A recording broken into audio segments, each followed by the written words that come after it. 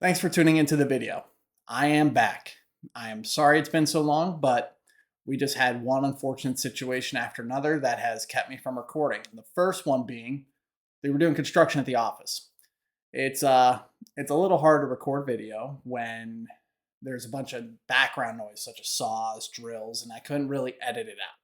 And then after the construction got done, the tenants moving into the buildings right next to us moved in and the walls weren't as soundproof as we would like. So I had to find a new location to record these videos. Turned out that location was my basement. So a little bit different scenery, but the purpose of these videos is going to remain the same. But anyway, here's just a quick update on what's been happening in the healthcare industry. I'm kind of not going to lie, using this video to brush off the cobwebs before I get really deep into content. But nonetheless, I'm just going to give you a quick scoop, and then probably in the next videos to come out, I'm going to expand on a lot of what I'm saying today.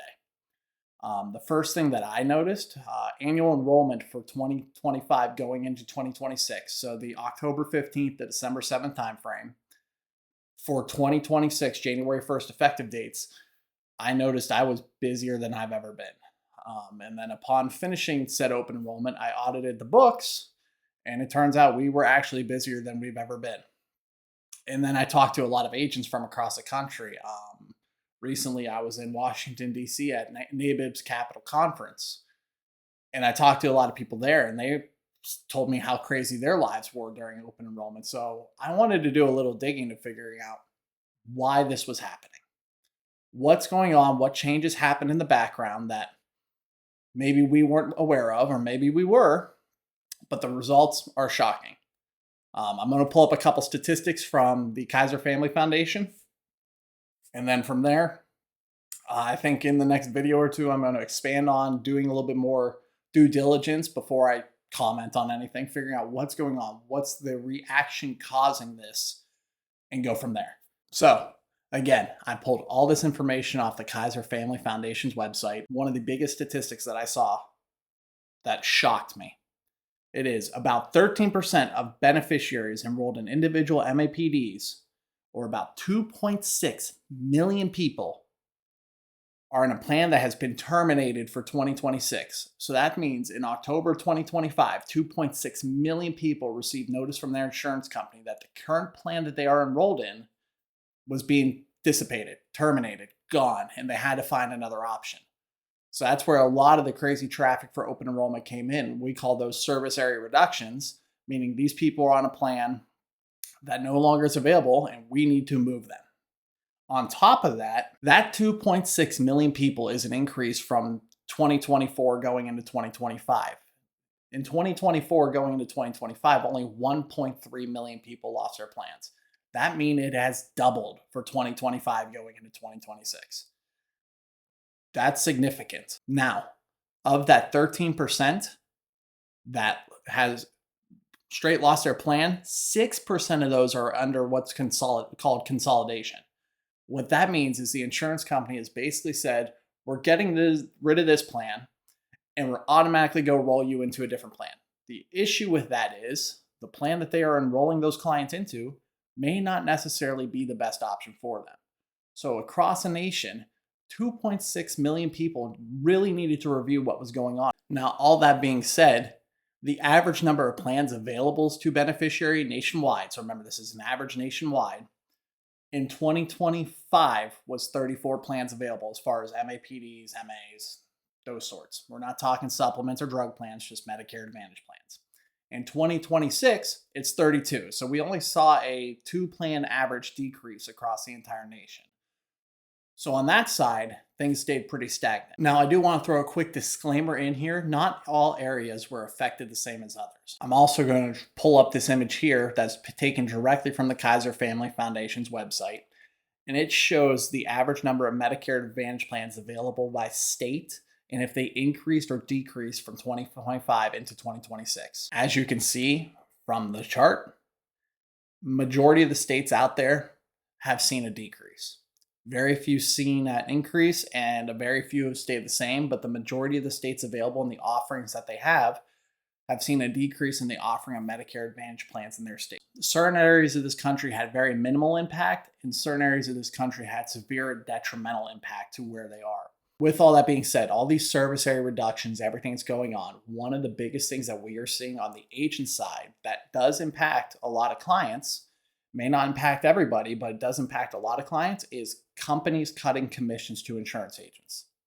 Well, you may be saying, great, that doesn't affect me, it just affects how you're getting paid. Well, that could be true for some, but there's a lot of people across this country who rely on the advice from their direct insurance broker, agent, whatever you want to call us, to shop the plans for them, help them find what fits their needs the best.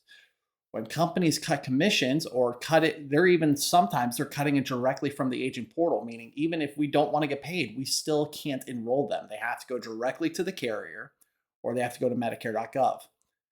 This is directly limiting what options clients have when they talk to their insurance agent. Now, if you're somebody who just shops online, does all the research for yourself, has never used an agent, that doesn't pertain to you. But we have to look at the whole picture. Where I'm at in Northeast Ohio, there's a lot of my clients who don't feel comfortable with a computer, don't trust people over the phone, and they rely on somebody to talk to. And that's the same with a lot of parts of this country. So when companies are cutting commissions to save cost, that directly impacts us being able to help. The only other thing I really want to talk about is that last month I had the privilege to going to NABIP's Capital Conference. 669 NABIP members went to Washington, D.C. to advocate not only for our rights, but your rights as well.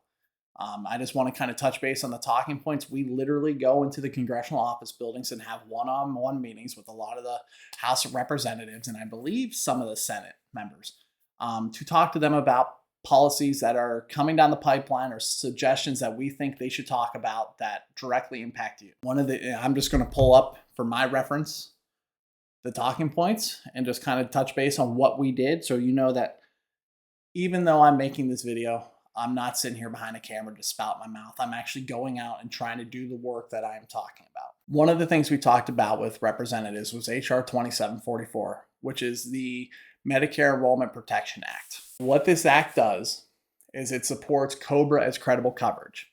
As things right now currently sit, if someone were to enroll in COBRA after 65 and ending employer coverage, they're going to face Medicare penalties because Medicare does not view COBRA as credible coverage.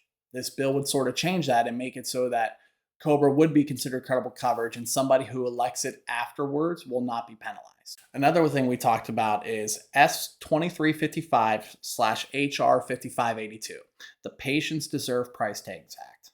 So the Patients Deserve Price Tags Act strengthens federal healthcare price transparency. So what we are advocating for is transparent pricing to you as a healthcare client, as a healthcare patient of hospitals, doctors. This does this by replacing limited disclosure with standardized enforceable reporting across the healthcare value chain.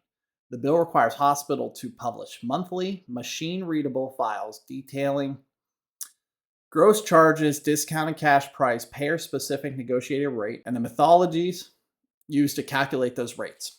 Basically, it's going to bring the cost of the service you receive to the forefront so you know what you're getting into. Another thing we added for was synchronization in terms of prices. If you're going to get a blood test or a blood draw, standard labs, if you go to the hospital, the price might be $1,000, but if a doctor were to do it, it'd be $1,500. There needs to be standardized pricing for services, and we kind of want that to come to fruition. Outside of those bills, we call them policy ask, where we just basically bring up something that they should bring to their attention and maybe bring up to the rest of Congress. And one of those was stabilization in the ACA. Regardless of how you feel about tax credits, if you're for them, if you're against them, there needs to be stabilization in pricing. So we just ask them basically come up with a solution, come up with something that is going to stabilize these prices, keep the client from paying way too much money for their healthcare. Because this year, overall, we've seen a lot of people just straight drop their Affordable Care Act coverage because it was too unaffordable. So we need stabilization on the under 65, the ACA market. The statistic as it is basically since the non-extension of the premium tax credits, 1.2 million Americans have lost their coverage this date. And it's all coming down to affordability. When you're seeing families and households and individuals paying more than 10% of their income in premiums alone, never mind the fact that the deductibles on these plans could range from $7 to $8 to $9, $10,000, and the max out of pockets could be 10 to 11. It's not affordable and it's not sustainable. I appreciate your time and watching this video. Again, brushing off a lot of cobwebs here. It's been, I think, 6 months since I made one.